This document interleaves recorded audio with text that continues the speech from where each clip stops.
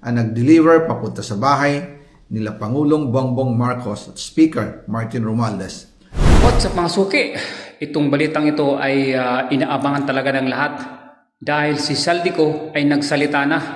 Siguro hindi niya na matiis dahil pinapaikot lang siya at sinabi niya na yung katotohanan. I-watch po natin mga suki itong courtesy ni Saldico sa kanyang paglantad sa mga sangkot dito sa mga anomalya. Paki-comment naman po mga suki kung ano po yung masasabi nyo dito sa kanyang pahayag, sa kanyang mga sinasabi sa kanyang video na talagang kasabwat at sangkot ang ating presidente at ang yung House Speaker. I-watch na lang po natin mga suki at paki-comment po kung ano po yung masasabi nyo sa video nito ni Saldico. Sa tingin ko nga si Saldico ay parang pumayat kaysa sa dati. I-watch na lang po natin mga suki at paki-comment po kung ano po masasabi nyo. Kung po pwede po, paki-subscribe na rin. Ingat po tayo lagi mga suki. Martin Romualdez. Mag-insert o magpasok ng 100 billion worth of projects sa BICAM. Sana po ay hindi nila ako mapatay bago ko mailabas ang lahat. Ginawa ko lang ang utos sa akin, pero ngayon, handa na akong harapin ang lahat. Ginagamit ng administrasyon ang buong resources ng bansa para tumahimik ako. That he will shoot me if I will talk. Gagamitin ako bilang panakipbutas sa kanilang kampanya laban sa korupsyon. Hindi na ako mananahimik. Ilalabas ko ang lahat ng katotohanan. May resibo, may ebidensya, at may pangalan. Para sa bawat Pilipino, alam ko na buo ang galit ninyo sa akin ngayon. Nauunawaan ko rin kung bakit. Lalo na at malaki ang halagang nakataya. Pero bago kayo humusga, hayaan ninyong ipaliwanag ko ang buong katotohanan. Matagal akong hindi nagsalita dahil may direktang utos sa akin. Huwag nang bumalik ng Pilipinas at manahimik na lamang. Umalis ako noong July 19, 2025 para sa aking medical check-up. Nakaplanong bumalik pagkatapos ng SONA ni Pangulo. Pero habang papauwi na ako, tinawagan ako ni dating Speaker Martin Romualdez at sinabihan, "Stay out of the country. You will be well taken care of as instructed by the President." Noon naniniwala pa ako sa kanila, kaya't hindi ako bumalik.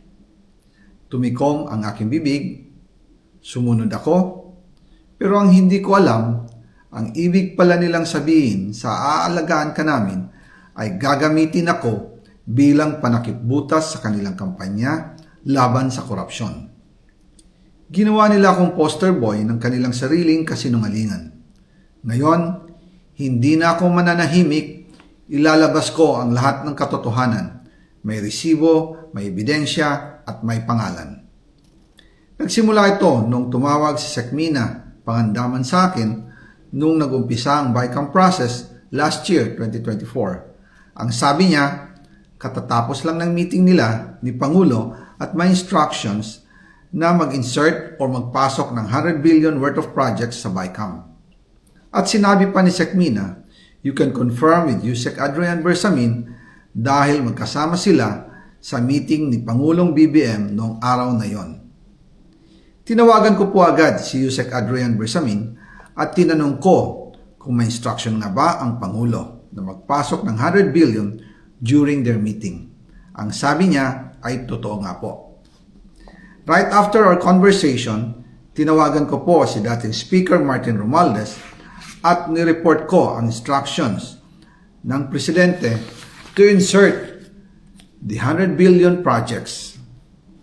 At sinabi niya sa akin, what the President wants, he gets. After ng ilang araw, nag-set po ng meeting si Sekmina Pangandaman at Yusek Adrian Bersamin sa amin ni dating Speaker Martin Romualdez sa Aguado Building in front of Gate 4 ng Malacanang at nandun din po si Yusek Jojo Cadiz. During the meeting, binigay po ni Yusek Adrian Bersamin ang listahan na worth 100 billion. Tinanong ko po si Yusek Adrian kung saan galing ang listahan. Ang sagot niya, galing kay PBBM mismo at binigay niya ito mula sa brown leather bag.